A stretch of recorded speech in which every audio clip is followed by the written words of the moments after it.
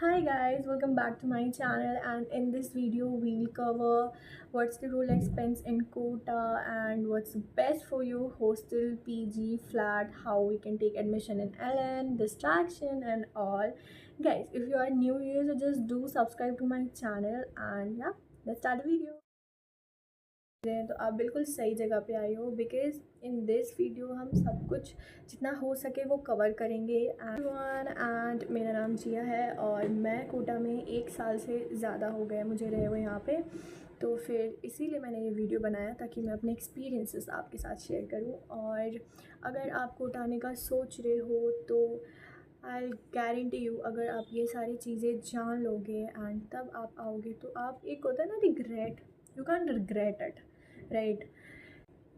Okay, let's start with our first question. How we can take admission in LN? Guys, देखो, admission दो तरीके से लिए जा सकते हैं। या तो आप डायरेक्ट एडमिशन ले लो पैसे देके, या आप स्कॉलरशिप के ज़रिए एडमिशन लो। स्कॉलरशिप के ज़रिए अगर आपको एडमिशन लेना है तो फिर आपको एक LN का टेस्ट देना पड़ेगा। And to be honest guys, उस टेस्ट में जो स्कॉलरशिप की टेस्ट होती है उसमें मैक्स टू मैक्स 15 से 20% तक ही स्कॉलरशिप मिलता है। क्योंकि यार देखो, I don't know exactly what, but मैंने इतना ही देखा है लेते हुए लोगों को। और अगर आपको मिल जाता है तो बहुत अच्छी बात है, बट अगर आप डायरेक्ट एडमिशन लेना चाहते हो तो आप काउंटर पे जाओ, सीधा 1 साल या 2 साल का जितना भी ट्यूशन फ़ी होता है वो आप डायरेक्ट डिपॉज़िट करो वहाँ पे। आपको फिर वो एक अटेंडेंस कार्ड दे देंगे एंड उस कार्ड को लेकर आप दूसरे काउंटर पे जाओगे तो वहाँ पर आपको module and everything, bag, module, umbrella, everything, this study staff और ये सारी चीज़ आपको मिल जाएंगे आपके जस्ट एक आईडी कार्ड से और we can say attendance card से। इतना करने के बाद गाइस सी, अगर मैं LN की फ़ी स्ट्रक्चर की बात करूँ, 1 साल की बात करूँ तो see it's depends upon your courses what you opt हो। जैसे कि अगर आप 10th के बाद 11th में एडमिशन लेना चाह रहे हो 11th में, तो आपको करीब 1 lakh and I don't know exactly what, but 1,30,000 के अप्रॉक्स कुछ पड़ता है। कॉपी आपको अलग से लेना होगा। कॉपी जो रजिस्टर्ड होता है वो अलग से लिया जाता है। LN आपको कोई रजिस्टर प्रोवाइड नहीं करता। दूसरी ना, अब आपने एडमिशन ले लिया, एडमिशन के बाद क्या करना है? एडमिशन के बाद एक ही प्रॉब्लम होती है एंड वो है हॉस्टल की। एक अच्छा हॉस्टल नहीं मिल पाता है स्टार्टिंग में अगर नए हो तो फिर एक होता है कि आपको LN वाले खुद सजेस्ट करेंगे हॉस्टल, एंड LN का जो भी हॉस्टल होता है वो थोड़ा एक्सपेंसिव होता है दूसरे हॉस्टल के कंपैरेटिव। एंड अगर आपके बजट में आ रहा है तो आप उसमें जा सकते हो। एंड LN के हॉस्टल जैसे वहाँ पे अलग से है हॉस्टल एंड PG करके काउंटर बने हुए हैं LN में। किसी भी आप बिल्डिंग में जाओ तो वहाँ पे बने हुए हैं, तो फिर क्या वो रिकमेंड कर देंगे। बट अगर आप खुद से हॉस्टल देखना चाहते हो तो आप जैसे ही LN के बाहर निकलोगे आपको बहुत सारे ब्रोकर्स मिलेंगे वहाँ पे कि चलो हम आपको अच्छा हॉस्टल दिखा देते हैं, या हमारे साथ चलो, वो बहुत ही सस्ता हॉस्टल है, अच्छा हॉस्टल है। उनकी बातों में मत आना बिल्कुल भी। वो ब्रोकर्स होते हैं, उनको कमीशन दिया जाता है हॉस्टल की तरफ से कि आप हमारा हॉस्टल प्रमोट करो, मतलब लोगों को लाओ, एंड उनका पैसा मिलता है। तो उनका कभी मजा ना खुद से एक्सप्लोर करना। हॉस्टल से ज़्यादा आप फूड पे कंसर्न रहना यहाँ पे, क्योंकि फूड बहुत ही ज़्यादा, मतलब मैं क्या ही बोलूँ, खाने की वजह से बच्चों को जो है बीमारियाँ हो जाती हैं यहाँ पे। कितनी ज़्यादा प्रॉब्लम्स फेस करनी पड़ती है खाने की वजह से। खाना अच्छा नहीं मिलता स्टार्टिंग में ना। मैं आपको बताती हूँ, मेरे साथ भी ऐसा हुआ था। स्टार्टिंग में अगर आप कोई भी हॉस्टल लेते हो तो वो स्टार्टिंग में आपको अच्छा खाना खिलाएंगे। अप्रॉक्सीमेटली 1 to 2 वीक्स तक आपको बहुत ही अच्छा खाना खिलाएंगे, बोलेंगे हम ये यूज़ करते हैं, वो यूज़ करते हैं। बट गाइस उसके बाद जो खाने का जो क्वालिटी घटता है वो इतना नीचे, I can't explain you. And उसकी की वजह से मैंने अपना हॉस्टल भी चेंज किया था खाने की वजह से। और जिस हॉस्टल में अभी हूँ इसका भी खाना स्टार्टिंग में अच्छा था, बट अभी मतलब है, खाने लायक है, उतना ख़राब भी नहीं है। ओके, तो आप जाओगे वहाँ पर, अगर आप हॉस्टल ले लेते हो अच्छा सा तो खाने का ध्यान रखना, खाना देखना अच्छा है कि नहीं है। तो खाने से ज़्यादा कुछ उम्मीद मत रखना, क्योंकि ऐसा ही मिलेगा खाना यहाँ पर। और अगर रहना है तो खाने से कॉम्प्रोमाइज़ थोड़ा सा करना पड़ेगा, बट अपनी हेल्थ पे ध्यान रखने के साथ साथ। Okay, moving to our next question is what's the hostel rent. And अगर देखो हॉस्टल पीजी फ्लैट ये जो भी लेना है वो मैं आगे बताऊंगी, बट अगर आप हॉस्टल ऑप्ट कर रहे हो खुद के लिए तो इसका रेंट क्या होता है। तो हॉस्टल का जो अभी मैं जिस हॉस्टल में रही हूँ इसकी रेंट है 14,000 per month. And electricity bill आपको अलग से पे करना पड़ता है। एंड इलेक्ट्रिसिटी बिल आपका monthly max to max 1,000 to 1,200 तक जाता है। समझ लो 15,000 पर मंथ। ऐसा नहीं है कि यहाँ पे हॉस्टल 13-14 हज़ार के ही मिलते हैं। हॉस्टल आपको इस साल देखो बच्चे कम आए हैं तो इस साल हॉस्टल की जो प्राइस है वो थोड़ी घट गई है, तो आपको हॉस्टल मिल जाएगा यहाँ पे 10-11-12 हज़ार। 10 नहीं यार छोड़ो, गर्ल्स हॉस्टल तो 10 में मिलेगा ही नहीं, आपको मिल जाएगा 11-12 हज़ार तक हॉस्टल, डिसेंट सा हॉस्टल मिलेगा। एंड थोड़ा अगर आप बजट बढ़ाते हो तो 14-15 हज़ार तक अच्छे हॉस्टल मिल जाएंगे आपको। एंड हॉस्टल की रेंट उसकी फैसिलिटीज़ पे एंड खाने पे डिपेंड करती है। अगर आप इलेक्ट्रिसिटी जो पर यूनिट के हिसाब से ये बिल लेता है इलेक्ट्रिसिटी पर यूनिट यहाँ पर लैंडमार्क में, मैं लैंडमार्क की बात करूँ तो 12 से 13 रुपये तक का होता है पर यूनिट। एंड मंथली आपके 1200-1300 रुपये तक उठ जाएंगे। तो इतना सोच लेना, इलेक्ट्रिसिटी बिल का 1,000 एक्स्ट्रा अलग से रख लेना रूम रेंट के अलावा। उसके बाद फिर moving to our next question is what's best for you, like living in hostel, PG और फ्लैट। कई सी ये भी डिपेंड करता है आप पे कि आप कैसा माहौल चाहते हो। फॉर एग्ज़ाम्पल अगर आप थोड़ा बजट फ्रेंडली हो तो आप हॉस्टल ले सकते हो। In my opinion I think hostel is the best one, because hostel में आपको किसी चीज़ का झंझट नहीं होता है। हाँ प्रॉब्लम होती है, लाइक खाने की प्रॉब्लम हो जाएगी, but you can manage this. उतनी ख़राब सिचुएशन भी नहीं आती। अगर हाँ उतना ख़राब है तो आप हॉस्टल चेंज कर लो, उसमें कोई इशू नहीं है, आप कंप्लेन कर दो वहाँ पे वो चेंज कर दें ना। हॉस्टल में आपको लॉन्ड्री, सफाई एंड हर चीज़ अवेलेबल हो जाएगा हॉस्टल में। तो अगर आपके पास अच्छा बजट है तो आप हॉस्टल ले सकते हो, अगर नहीं है तो वो पीजी फ्लैट ये भी बुरे ऑप्शन नहीं। अगर आपका बजट मंथली के 15-16 हज़ार रुपये हैं, मान के चलो 14-15 हज़ार रुपये हैं, तो आप हॉस्टल लो, क्योंकि हॉस्टल में ज़्यादा डिस्ट्रैक्शन नहीं होते। डिस्ट्रैक्शन आई मीन लाइक जैसे कि कपड़े धोने की झंझट नहीं होगा, और कपड़े धोने का कोई टेंशन नहीं होगा, आपको सफाई करने का कोई टेंशन नहीं होगा, सारा खुद ब खुद हॉस्टल वाले ही प्रोवाइड कर देंगे।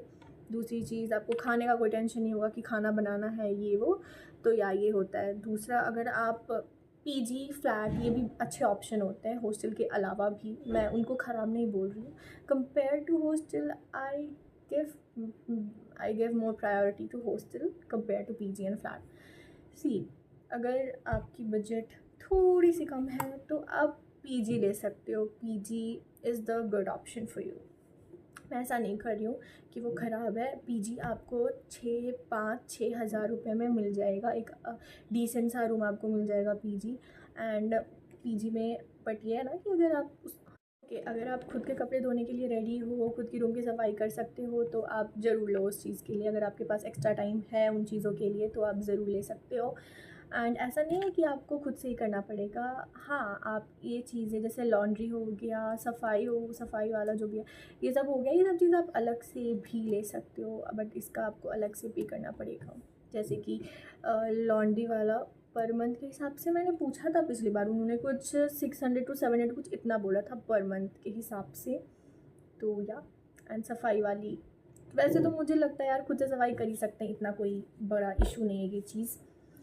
तो आप पीजी के लिए ऑप्ट कर सकते हो। एंड मेन बात खाने की, तो यहाँ पर मेस की सिस्टम है, तो आप मेस कर सकते हो, टिफ़िन कर सकते हो। यहाँ पर टिफ़िन की सर्विसेज अवेलेबल है, मेस की है। तो अगर आप पीजी फ्लैट ले रहे हो एंड खाना बाहर से खाना चाहते हो तो आप आप ले सकते हो, मेस कर सकते हो, खुद के लिए टिफ़िन सर्विसेज कर सकते हो। एंड इसकी प्राइजेज़ मैं बता देती हूँ, मंथली होती है 3,000 से लेकर 3,500 तक, इतना ही होता है यहाँ पर मेस अगर आप कोई भी ज्वाइन करते हो तो।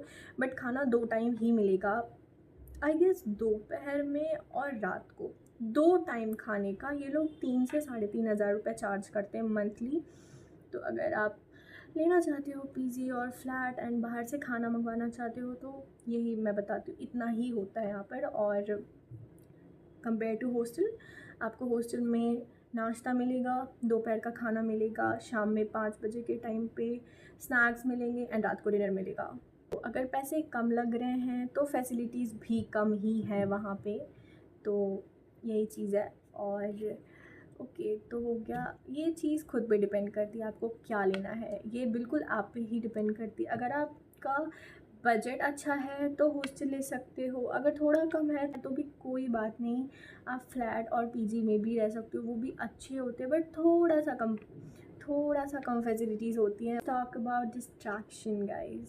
सी, आप जो सोच कर आते हो स्टार्टिंग में कि वहाँ पे जाके ऐसा करेंगे वैसा करेंगे, इतना पढ़ेंगे उतना पढ़ेंगे, मैक्सिमम टाइम में इतना नहीं होता है। एक टाइम के बाद नीचे चला जाता है पूरा का पूरा ग्राफ, पूरा का पूरा माइंड सेट। ऐसा नहीं है कि एक ही दो चीज़ ही डिस्ट्रैक्ट करती हैं, बहुत सारी चीज़ें डिस्ट्रैक्ट करती हैं। आप जो सोच कर आते हो स्टार्टिंग में कि वहाँ पे जाके हम लोग ऐसा करेंगे, इतना पढ़ेंगे और इधर उधर ध्यान नहीं देंगे, तो ऐसा 90% केस में तो नहीं होता है। मैं भी सोच के आई थी कि यार देखो ऐसा करेंगे वैसा करेंगे, बट मेरे साथ भी नहीं हुआ।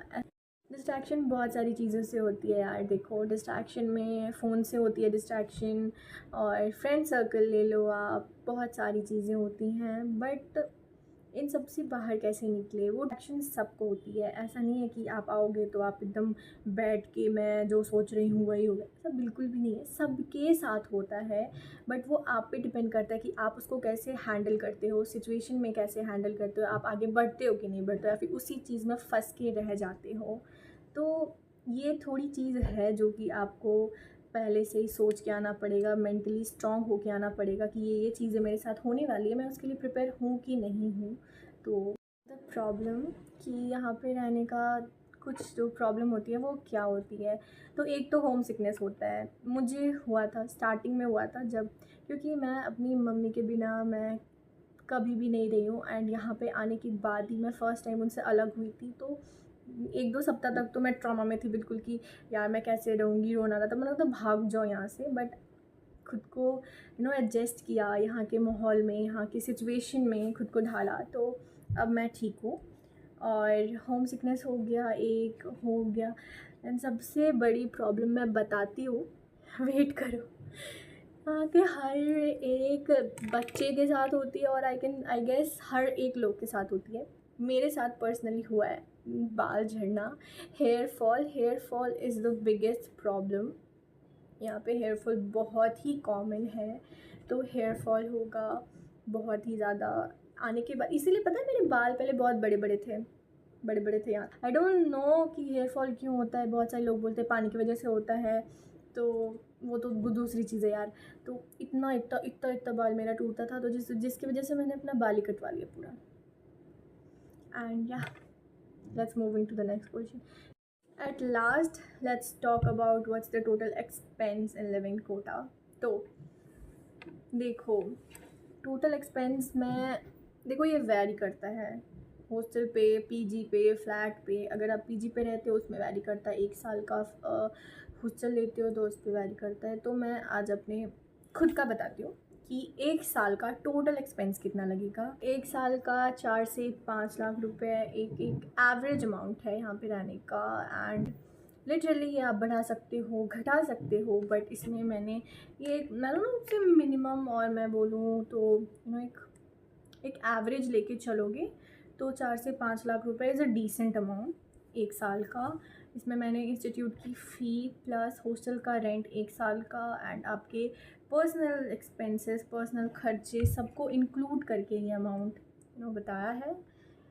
तो इस वीडियो में मेरे से जितना हो सकता था मैंने उतना कवर किया है। जितने इन्फॉर्मेशन मैं दे सकती थी, अपने एक्सपीरियंसेस मैं शेयर कर सकती थी, वो सारी चीज़ें मैंने इस वीडियो में किया है। तो गाइज़, अगर आपको मेरी ये वीडियो इन्फॉर्मेटिव और अच्छी लगी हो तो just please do subscribe to my channel. आपको कुछ भी चीज़ पूछना हो या if you have any queries तो आप कमेंट सेक्शन में जाके आप कमेंट कर दो, मैं रिप्लाई कर दूँगी। That's it for today guys, thank you so much for watching this video and bye bye.